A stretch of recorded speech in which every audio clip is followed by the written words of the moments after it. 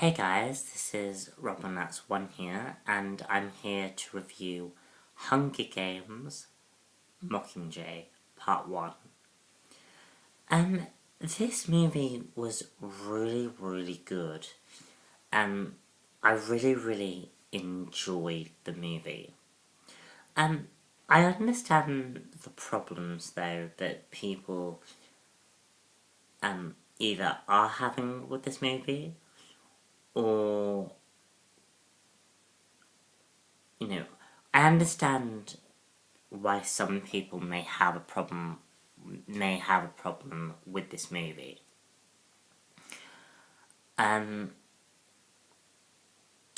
It's not it's not an amazing movie, but it is a good movie. And I really enjoyed it. The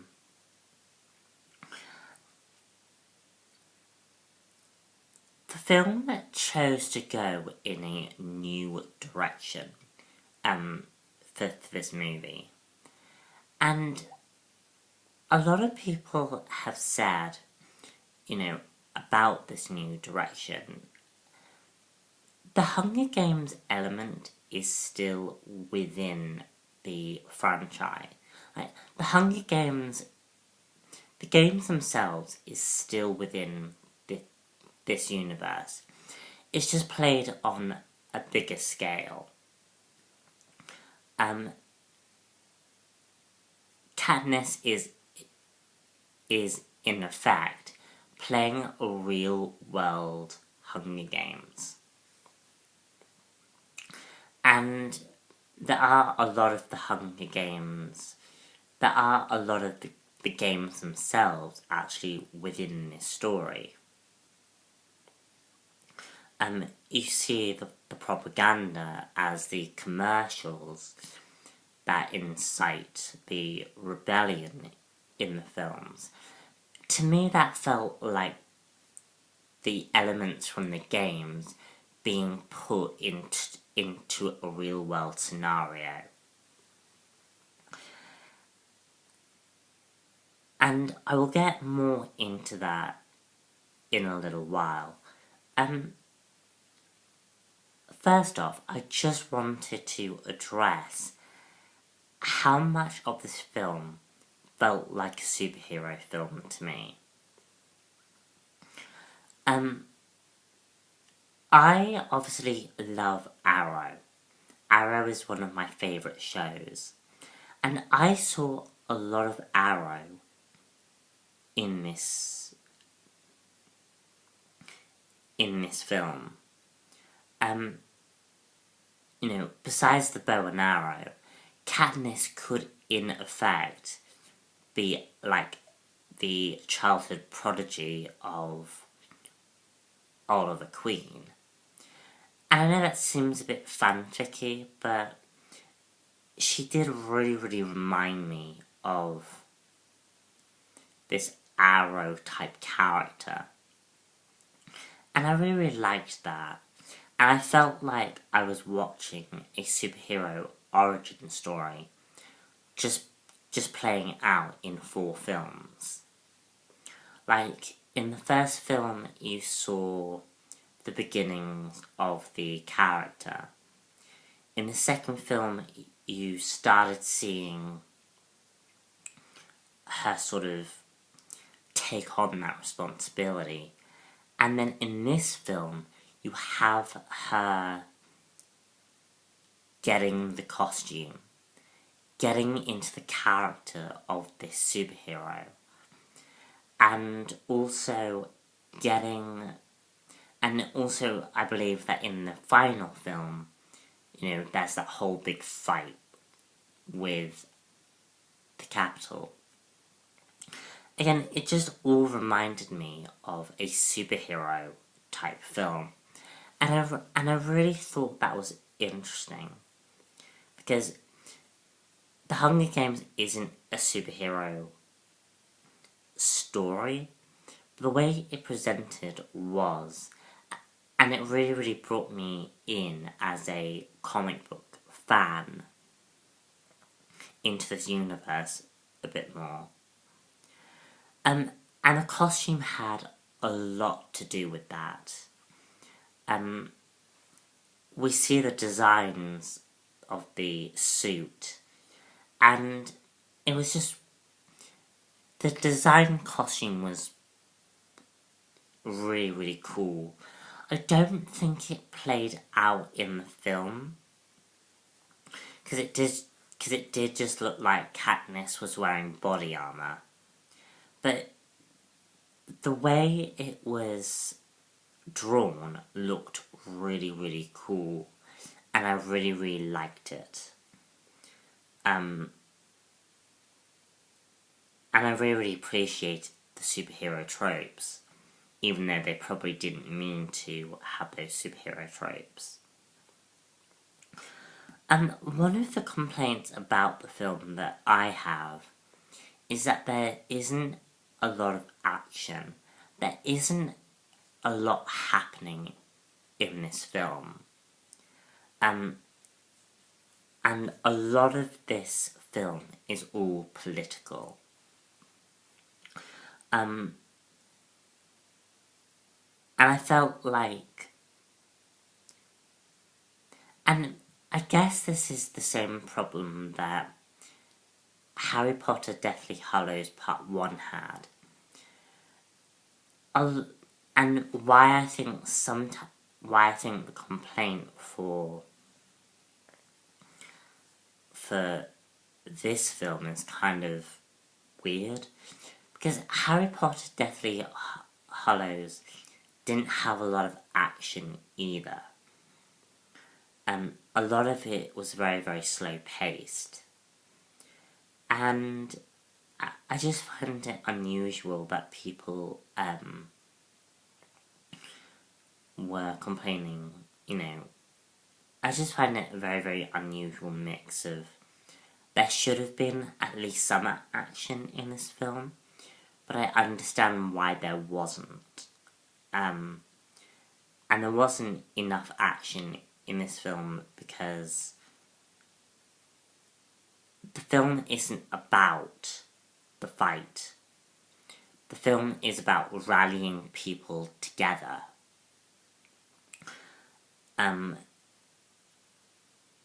Is about rallying people together. And I honestly don't think they needed to string this out into 4 films. The whole point of why the final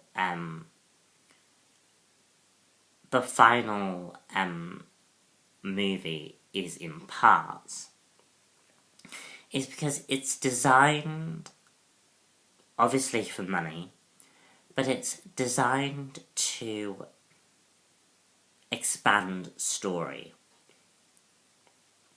Which leads me into my second complaint about the film, is that there wasn't enough going on in this film for them to expand on.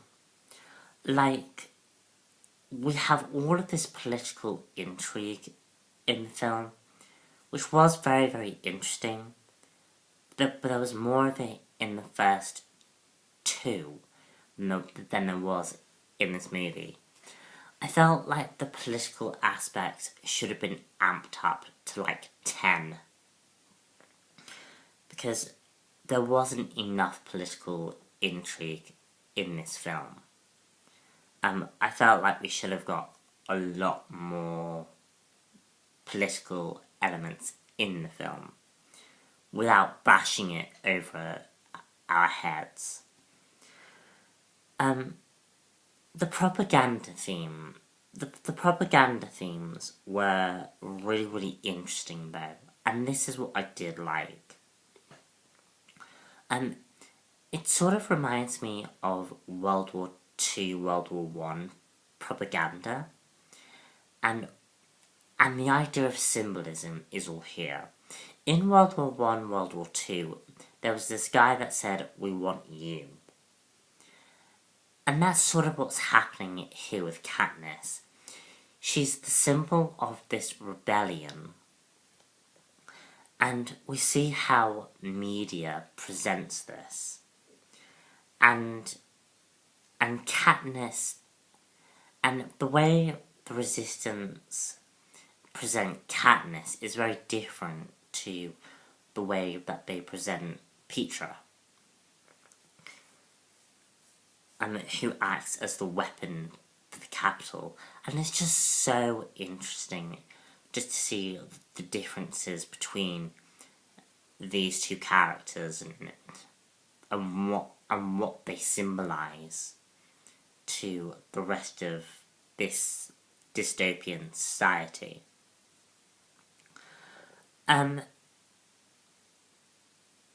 Also, I loved seeing the degradation of Petra. Like, throughout the film, you see this character from his best to his worst, particularly at the end. And I thought that was very, very fascinating, and also lends itself to Petra being the weapon of the Capitol. I just found that really, really interesting. Petra was, you saw Petra being broken down in every scene he appeared in. And we get little hints about what he went through, but you really don't know what he went through, and I just find that really, really interesting. Because Petra and Katniss's relationship has always been questionable. Like, are they really an authentic relationship? Do they actually love each other? And that's brought into question in this film. And I just thought that was really, really good. The fact that they brought everything into question in this film. So in the final film, the final film will just feel so much more interesting, I think. And I just really, really liked that. Jennifer Lawrence was great in the role of Katniss. She has the perfect singing voice.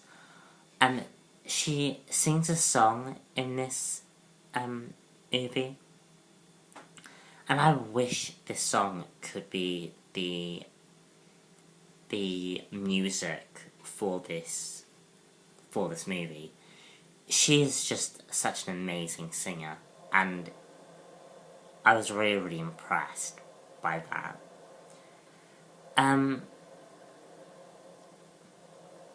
I also thought the ending was very, very interesting.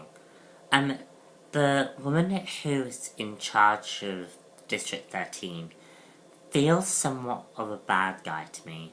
I haven't read the books, and I don't want the books ruined for me. So please don't ruin the ending for this franchise, because I don't want to know. I just thought the ending made the District 13 leader look very villainous. And the way we see Katniss and Petra leave off at the end lends to that theory. All in all, guys, I really, really liked this film. Yes, there are problems to this film, but that's pretty much how the year's gone so far. But I just really, really liked the film overall, and it was well worth watching. So, I'm Robin@1 here, and do stay tuned for my final movie review for this year. The final movie review is, of course, The Hobbit. So, look forward to that, and just stay tuned in general. I'm away for 2 weeks, but I'm going to be back to a regular schedule next week. With more videos. I'm going to catch up on Arrow, Flash, Constantine. I'm going to catch up on all these shows. And I've got a lot more comic book reviews for you guys, so stay tuned for that. I'm Robinats1 here, and I shall see you all later for another movie review. Bye.